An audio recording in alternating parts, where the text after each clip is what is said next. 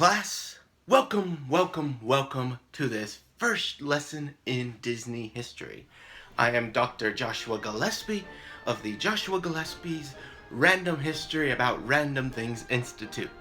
If you are already enrolled in my Muppet History class, then you know how this is going to go. But if you are not, let me give you the rundown. We talk about the history of a certain topic. We then talk about where you can find it today and the impact it has had on history. Unlike Muppet history, this is Disney history. It's that easy to figure out, folks.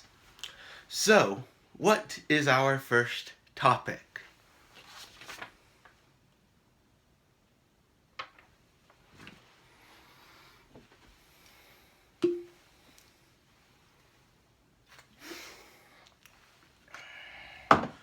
Buckle up, kiddies! Today we'll be talking about a bizarre and now somewhat forgotten 3D film created in the early 80s that was featured in 4 different Disney parks over the course of its 11-year run.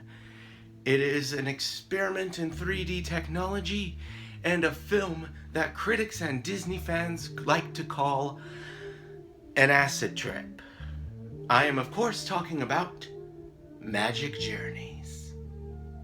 There's not really anything exciting about the making of Magic Journeys, except for a couple notable things, such as the fact that it went severely over budget. Disney had to create their own camera rigs for it, and the fact that they didn't know if it was going to be done on time. So they created a whole separate film with the Dreamfinder pretty much saying, here's a preview of Magic Journeys, because it's not here yet.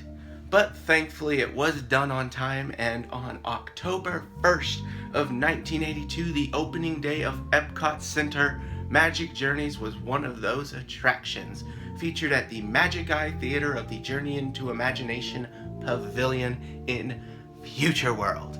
In fact, it was the only real ride at that pavilion, but that is a story for another time. The idea of Magic Journeys is that it was like looking at the world through the eyes of a child. The film featured very interesting imagery throughout, including the kids flying, this witch, and then them all going to a circus. It is because of this imagery that people like to refer to this film as an acid trip. The film was directed by Murray Lerner and featured a song composed by Robert and Richard Sherman. There was also a pre-show before Magic Journeys known as Making Memories, which also featured a song by the Sherman Brothers, and really it's just one big advertisement for Kodak film. On June 16th, 1984, Magic Journeys began a 2-year run at Disneyland. First on the outdoor space stage, and then inside their own Magic Eye Theater. The film also had a 2-year run starting in 1985 at Tokyo Disneyland. But in 1986, the film was removed from both Disneyland and Epcot and replaced with the new 3D film Captain EO, starring Michael Jackson. This wasn't the end for Magic Journeys, though. In 1987, it made its return to Walt Disney World at the Magic Kingdom inside of the Fantasyland Theater, replacing the Mickey Mouse Revue. This time, the pre-show was a 1953 Donald Duck cartoon called Working for Peanuts, which was actually done in 3D. That's pretty cool. The film played in Fantasyland until 1993, where it was replaced by Legend of the Lion King. And this is the end of Magic Journeys. So, even though it's not at the park anymore, where can you find Magic Journeys?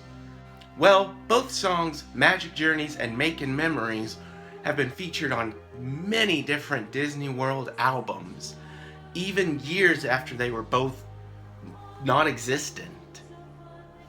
You can actually find Magic Journeys in 2D on YouTube thanks to Martin Smith, and if you've never seen the stuff that guy creates, definitely check it out. It's incredible.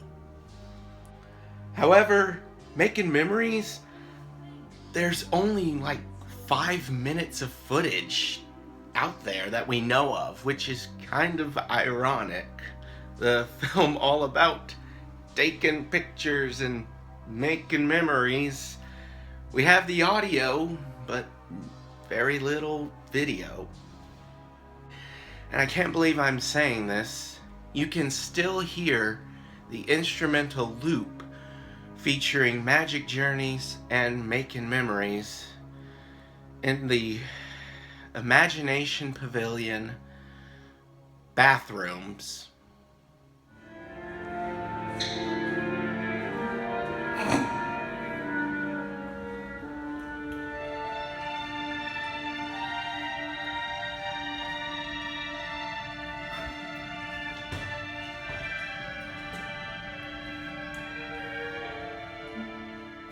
That's just terrific. So, what is the future for Magic Journeys? Well, I don't think it'll ever return to the Magic Kingdom or Epcot or any of the Disney parks.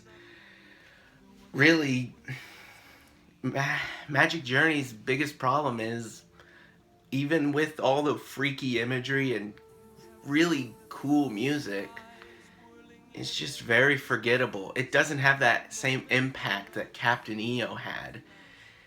Was it ambitious? Sure. Was it creative? Oh, most certainly. But it just... When I went to the Magic Eye Theater during my last trip to Walt Disney World, which now they play Disney 3D shorts, which is cool for the time being, I asked the 3 cast members there, when are we going to see Magic Journeys come back? One of them laughed, and then 2 of them had no idea what I was talking about. And really, that sums it all up. Magic Journeys just is forgettable. It had very little merch. In fact, I think the only pin they ever did for it was one of those before and after, where it's like Magic Journeys and then Honey, I Shrunk the Audience. Oh. Plus, I think if they brought it back, it might terrify children. And Disney doesn't want to do that. Again. But regardless of how good it is or how memorable it is important. The film is only 16 minutes long, and if you're interested, I say check it out. It's worth watching.